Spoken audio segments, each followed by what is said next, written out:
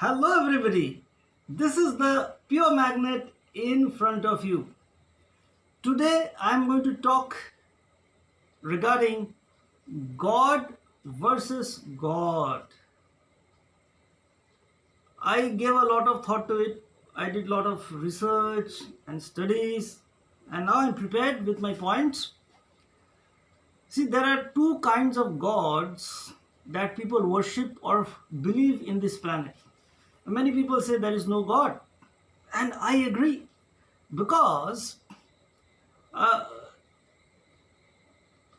people who believe in God or who worship idols and so on, their actions do not follow what they believe. Let me ask you a simple question. Which is easy, to follow a righteous path or to worship a righteous God? Take, for example, Lord Ram. There are many people who worship Lord Rama because he was a symbol or epitome of righteousness. But usually people who take the name of Ram, they chant Jai Shri Ram, in real life, they are far, far away from his righteous principles.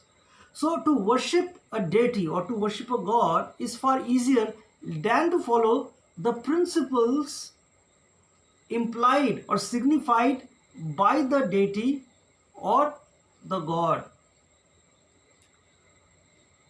See, let me talk about the five books, that is Quran, Bible, the Holy Vedas, Upanishads, and Bhagavad Gita. So today's discussion will be based on these five books. Let me start off with Quran. According to Quran, Allah the God is not visible. He is a singular God, but he has attributes like compassion, righteousness. Okay, and I really appreciate that because there the God is signified as somebody, an epitome of compassion, goodness in the Holy Quran. In the Bible, there we find that God is referred to as Jehovah and Jesus Christ is the Son of God, and both are connected because Jesus said, I and the Father are one. So according to the Bible, there is one God and he has attributes like love, justice, wisdom, power, compassion. Okay. Now let us go into the Hindu texts. In Bhagavad Gita, Lord Sri Krishna, when he spoke to Arjuna, when he motivated him to work as a warrior, he spoke about three yogas, that is Gyan Yoga, Karma Yoga, and Bhakti Yoga. A person can attain salvation by the path of knowledge or by the path of deeds, righteous deeds, or by the path of devotion. Interestingly, here Sri Krishna referred to the Vedas. For your information, I have the Vedas in my hands, yeah, the Holy Vedas, and of course there are four Vedas: Rig Veda, Yajur Veda, Sama Veda, and Atharva Veda. Primarily, there were three Vedas: Rig Veda, Yajur Veda, and Sama Veda, and the fourth Veda, Atharva Veda, was later added. So Rig Veda is connected to the path of knowledge. Yajur Veda is connected to the path of deeds.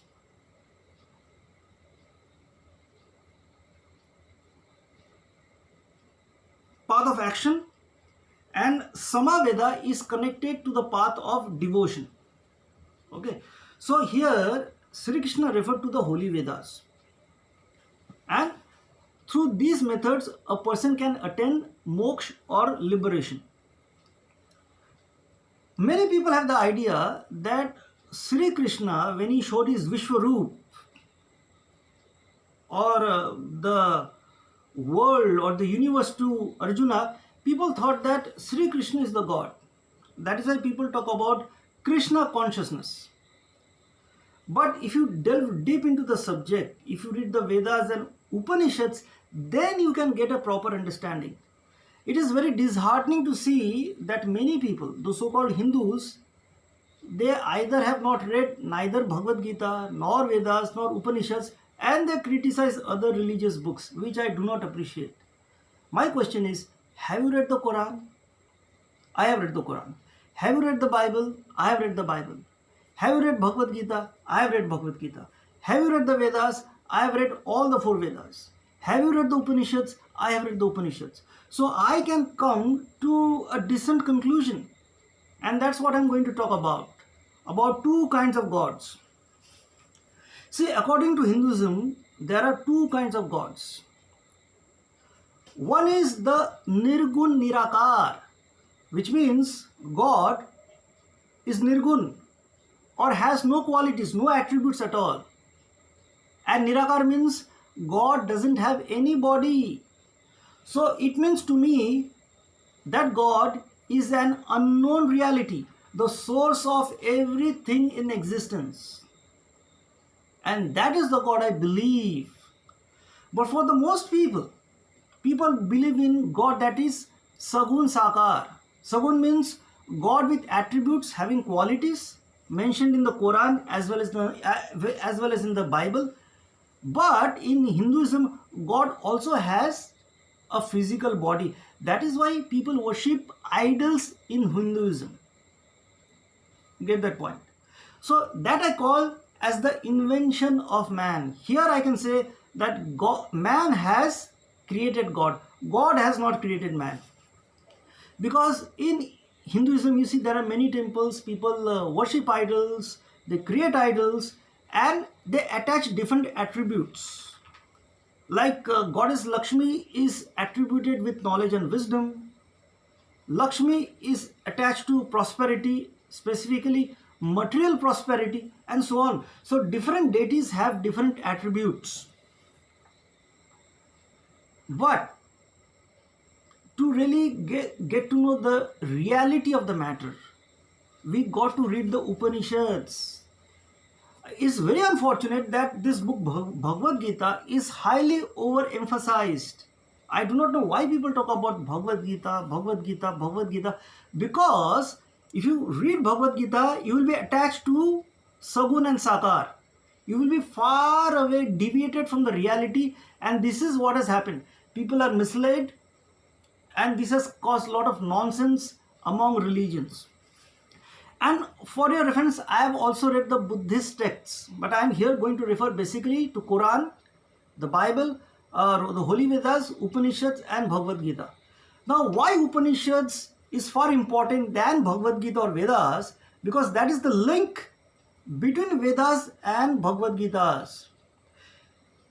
Upanishads, see, the word Upanishads means Upa, Nishad, sitting down under. It is basically learning from a guru, a teacher sitting down at the feet of the guru and learning, gaining spiritual knowledge. Vedas means knowledge. Knowledge of what? Knowledge of salvation through the path of knowledge, knowledge about action, and knowledge about devotion. Okay? So Vedas consist of that. Upanishad is knowledge of self, knowledge of Atman, and to know the Atman, you need to know Brahman, the unknown supreme reality. So that is the God mentioned in Upanishads. A God which doesn't have any body, doesn't have any attributes. So when that gets into your head, into your thinking, you become humble. You can see people as they are. You do not judge people. What happens with the Sagun Sakar? We begin to judge people. This is right, that is wrong, this is good, that is bad. But when you read the Upanishads, that will have a humble effect upon you, a calming effect. You see life as it is. And Upanishad truly is a spiritual book, a book of spirituality. So the advantage of I reading the Vedas, the Upanishads, Bhagavad Gita, Quran, and the Bible and other books has helped me a lot. I have become liberal. And talking about that, I need to refer to Swami Vivekananda and Adi Shankaracharya. Throughout their writings, both Swami Vivekananda and Adi Shankaracharya referred to God.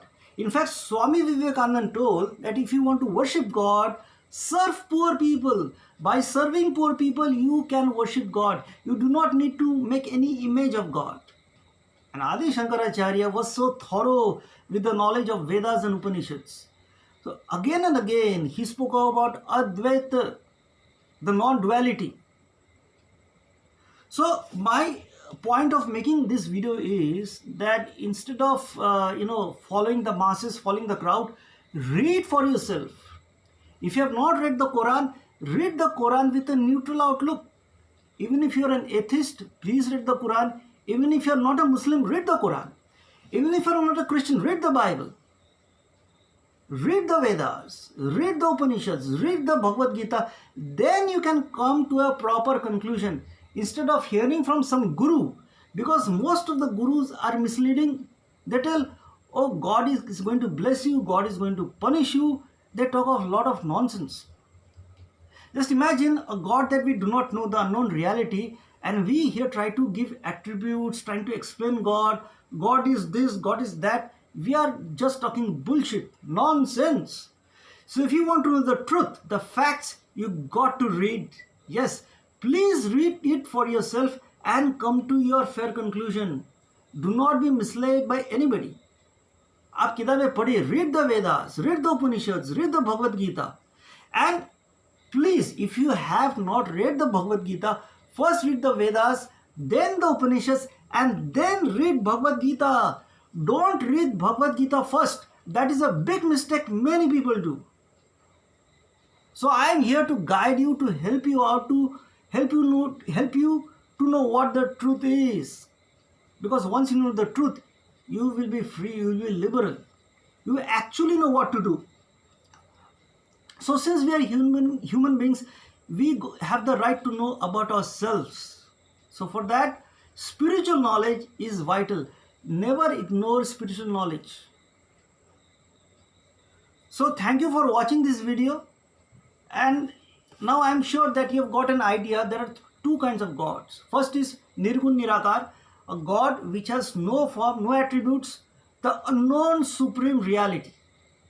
And second is Sagun Sakar, a God with forms, a God with attributes that many people worship. So you have a choice to follow the path of falsehood or to follow the path of truth.